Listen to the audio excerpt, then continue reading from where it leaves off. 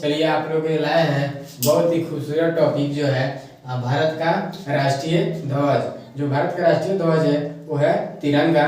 चलिए इसके बारे में बहुत ही गहन तरीके से इसको समझते हैं, ठीक है, कि इसका कब क्या हुआ। ठीक है, चलिए भारत का राष्ट्रीय ध्वज जो है वो है तिरंगा, जिसको 22 जुलाई 1947 को भारतीय संविधान द्वारा भारत के राष्ट्रीय ध्वज के रूप में अंगीकृत किया गया। ठीक है, इसको बनाने वाले थे पिंगली वेंकैया, जो कि आंध्र प्रदेश के रहने वाले थे। ठीक है, इस तिरंगे में 3 कलर होता है, इसलिए तो इसका नाम क्या है, तिरंगा। ठीक है, ये तीनों कलर जो है अपना अलग अलग अर्थ को प्रदर्शित करता है, जिसमें सबसे ऊपर जो होता है वो केसरिया रंग होता है, जो देश की ताकत और साहस को बताता है। ठीक है, उसके बाद बीच में जो श्वेत रंग का पट्टी पाया जाता है, जो शांति और सत्य को प्रदर्शित करता है। इसमें एक चक्र भी पाया जाता है, उसका व्याख्या हम आगे करेंगे।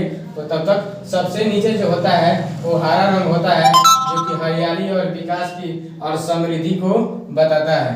ठीक है, अब चलिए बात करते हैं जो श्वेत पट्टी में जो चक्र होता है उसके बारे में। यह जो चक्र है वो अशोक स्तंभ से लिया गया है। ठीक है, जो भारत का राष्ट्रीय चिन्ह है। ठीक है, यह गहरा ब्लू रंग का होता है, जिसमें 24 तिलियां होती हैं। ठीक है, ये 24 तिलियां ये बताती हैं कि जीवन निरंतर गतिशील है। ठीक है, गतिशीलता होती है। यह आकाश और महासागर को प्रदर्शित करता है, क्योंकि ये भी ब्लू होता है और आकाश और महासागर भी ब्लू होते हैं। चलिए दोस्तों, इसके अगले अंक पर चलते हैं, इसके निर्माण के बारे में बात करते हैं। ठीक है, इसके निर्माण के संबंधी कुछ बातें इसको ध्यान में देखा जाए तो पूरे भारत में हुबली एक ऐसा जगह है जहां पर भारतीय राष्ट्रीय ध्वज तिरंगा का निर्माण होता है और वहीं से पूरे देश में सप्लाई होता है। ठीक है, जो कि बेंगलुरु से 420 किलोमीटर की दूरी पर है। ठीक है, अब चलिए उसकी पट्टी के बारे में समझते हैं। उसकी पट्टी की जो लंबाई होती है, तीनों जो कलर की जो पट्टी होती है उसका लंबाई होता है जो और चौड़ाई जो होता है उसकी बराबर होता है। ठीक है, यह 3:2 के अनुपात में होता है, अर्थात कहा जाए तो इसका लंबाई 3 में और चौड़ाई इसका 2 के रेशियो में पाया जाता है। ठीक है, यह रेक्टेंगल के आकार का होता है। रेक्टेंगल मतलब अगर फिगर द्वारा समझिएगा तो ये आपका रेक्टेंगल हो गया। ठीक है, ऐसा ही तो होता है हमारा तिरंगा। ठीक है, इस तरह इसका लंबाई 3 अगर मान इसका चौड़ाई जो हो जाएगा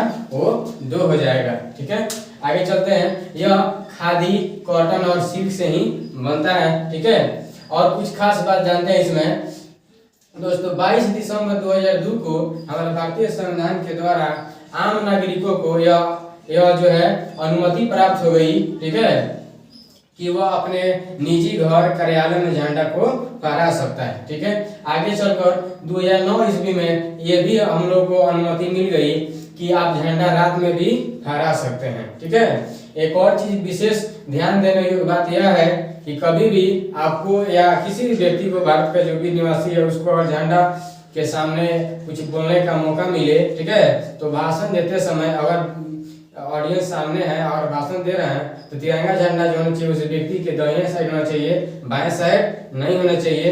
ये बहुत ही ध्यान देने वाली बात है। चलिए दोस्तों, आज के लिए बस इतना ही हमारा वीडियो है। अगर दोस्तों मेरा ये वीडियो अच्छा लगे तो इसको शेयर करिए और सब्सक्राइब भी करिए। थैंक यू दोस्तों।